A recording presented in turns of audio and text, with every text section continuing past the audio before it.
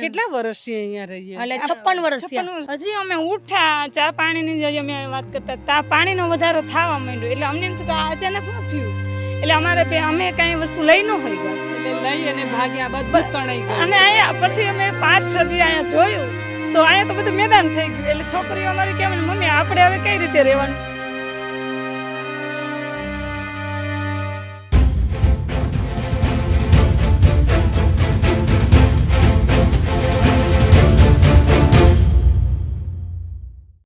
નદીનો કાંઠો અને એના કાંઠે રહેવાની વાત આવે તો આમ થોડું રોમાંચક લાગે બધાને કે વાહ સરસ મજાનું પાણી જતું હોય, એની બાજુમાં સરસ મજાની ગ્રીનરી હોય, ઝાડ હોય તો રહેવાની કેવી મજા આવે.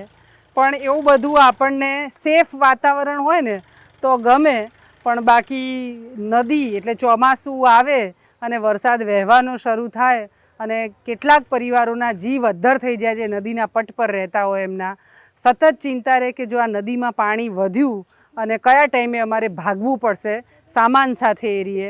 એવી વિપદામાં જે પરિવારો રહે એને આ નદી બહુ રૂપકડી અને બહુ મજાની એવું ન લાગે એમ. અને એ પીડા આજે પણ દેશના અને દુનિયાના ઘણા બધા એવા વંચિત પરિવારો છે એ વેઠે છે. હું અમરેલીનું વડિયા ગામ છે, આમ તો તાલુકો છે, એ તાલુકા પ્લેસ પર છું અને બાજુમાંથી આ સરસ નદી આપણને દેખાય, મેં વર્ણન કર્યું એ પ્રમાણેની એ પસાર થાય છે અને ત્યાં અમારા વિચરતી જાતિના વાંસફોડા પરિવારો વસે છે એના પટ ઉપર.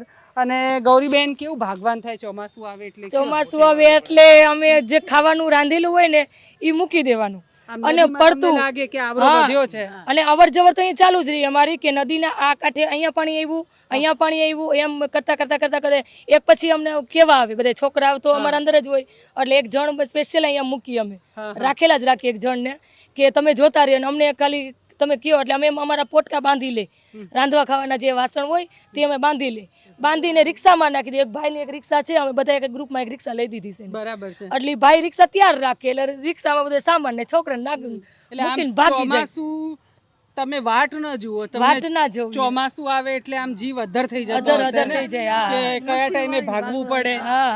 અને હમણાં જ અત્યારે 30 તારીખની આગાહી હતી, 30 તારીખ સુધી તો હમણાં જીવ અધર જ હતા. મારી બેન રેખા એમ કે ગૌરી કે 30 તારીખની આગાહી છે, તું રસોડે ના જા, તું રસોડે ના જા, આપણું સામાન કે પેક બનતોય બધા રસોડા તો જવું પડે, પેટ છે તો પેટ કરાવે છે વેટ. બરાબર. એટલે રસોડે ન જાય તો ખાઈશું. અને 2015 માં શું થયું હતું? 2015 માં તો અચાનક હોનારસ એવું બધું આવી ગયું હતું ને, પાણી ખૂબ એટલું આવી ગયું સમદર થઈ ગયું હતું સવારના. હવે તમે કે આવતા રહો રેખાબેન. હજી અમે ઉઠ્યા ચા પાણીની જ અમે વાત કરતા તા પાણીનો વધારો થવા માંડ્યો એટલે અમને એમ થયું કે આ અચાનક શું થયું એટલે અમારે અમે કાંઈ વસ્તુ લઈ ન હોય ગયા. અમે પહેરે કપડા હું તો બધાની મોર બેસી ગઈ રિક્ષામાં, મને બીક બહુ લાગતી હતી એટલે લઈ અને ભાગ્યા બધું તણાઈ ગયું. અને અહીંયા પછી અમે 5-6 દી અહીંયા જોયું તો અહીંયા તો બધું મેદાન થઈ ગયું એટલે છોકરીઓ અમારી કેમ મમ્મી આપણે હવે કઈ રીતે રહેવાનું, મેં આપણે હવે આ શેરીમાં રહેવાનું. બરાબર. એટલે આ શેરી જે પડે છે એ શેરીમાં અમે 4 મહિના એ શેરીમાં રહ્યા એમ નામ. આ ગામના લોકો 15 દિવસ પાણી નહીં, સતત કન્ટિન્યુ 15 દિવસ પાણી નહીં, 15 દિવસ 15 દિવસ લાઇટ નહીં, સુરત પરાવાળા પાણી પહોંચાડતા અને આ પરાવાળા અમને આવીને પાણી ખાવાનું જમવાનું 15 દિવસ. અને આ વેડા આ નદીમાં વેડા ગાડીને પાણી પીધું. ઓ બાપરે. પણ તમે દર ચોમાસે આમ તમે કીધું કે દિવસ રાત જાગવાનું વારા કરો, વારા કરીએ એટલે રાત્રે જણ જાગે, રાત્રે જણ જાગે ને દિવસના અમે બધા બૈરાઓ જાગે એટલે તમે જોયા કરીએ અહીંયા આટા ફેરા કર્યા કરીએ કે આવી ગયું ક્યાં પહોંચ્યું પાણી. તો કેટલા વર્ષથી અહીંયા રહીએ? એટલે 56 વર્ષ થયા. 56 વર્ષ. 56. એમની પોતાની આર્થિક ક્ષમતા એટલી બધી નહીં કે પોતાનું ઘર ખરીદી શકે અથવા જગ્યા ખરીદી અને એ ઘર બાંધી શકે. વાંસમાંથી સુડલા ટોપલા બનાવે અને એ વેચીને પોતાનું જીવન ગુજારો કરે. એટલે તકલીફો ખૂબ બધી. નહીં તો પૈસા હોય તો આ પરિસ્થિતિમાં રહેવું કોને ગમે, પણ નહોતું એટલે મજબૂરીના મારે એમાં રહેવું પડે.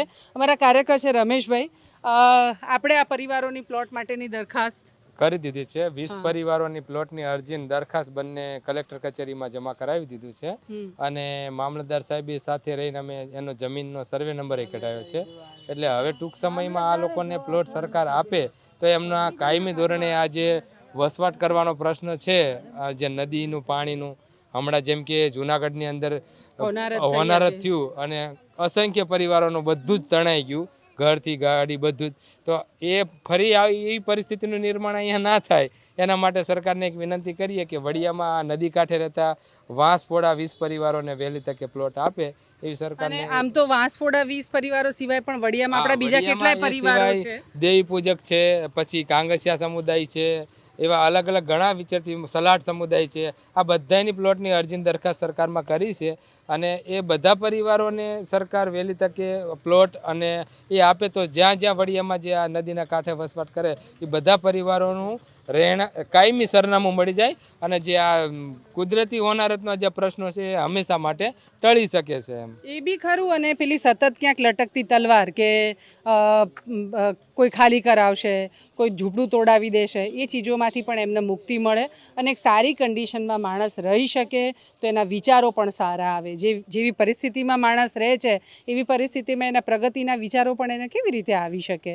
તો એ માટે સરકારને વિનંતી કરીએ છીએ.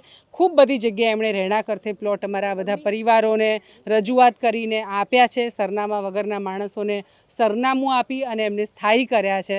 તો અહીં એવી વિનંતી છે કે આ વડિયામાં જે પરિવારો છે આ નદીના પટ પર જે રહે છે ને એ સિવાય પણ ઘણા બધા પરિવારો જેમની અરજીઓ કરી છે એ બધા પરિવારોને વહેલી તકે અમરેલીનું પ્રશાસન પણ અને સરકાર પણ અને પ્રધાનમંત્રીનું આપણા સ્વપ્ન પણ છે કે દરેક ઘર વિહોણા પરિવારને ઘર આપવું. તો એ બધા મળીને જો પ્રયત્ન કરીશું તો આ ઘર વગરના પરિવારો સદીઓ પછી ને આઝાદીના આટલા વર્ષ પછી પોતાના પાકા ઘરમાં રહેવા માટે જશે. એમની અહીં રહેતા ઘણા બધા પરિવારના બાળકો અમારી હોસ્ટેલમાં ભણે છે અને એમની એક ચાહના છે કે હવે અમારે મુખ્ય પ્રવાહમાં આવવું છે અને સરસ જિંદગી જીવી છે. ત્યારે આપણી ફરજ બને છે સમાજ અને સરકાર બંનેની કે એનો હાથ પકડીને એને આપણી સાથે ઊભા કરીને દોડાવવાનું. તો એ માટે કરવા સૌને વિનંતી કરું છું અને આ બધા પરિવારો ત્યારે બહુ રાજી થશે. બરાબર ને?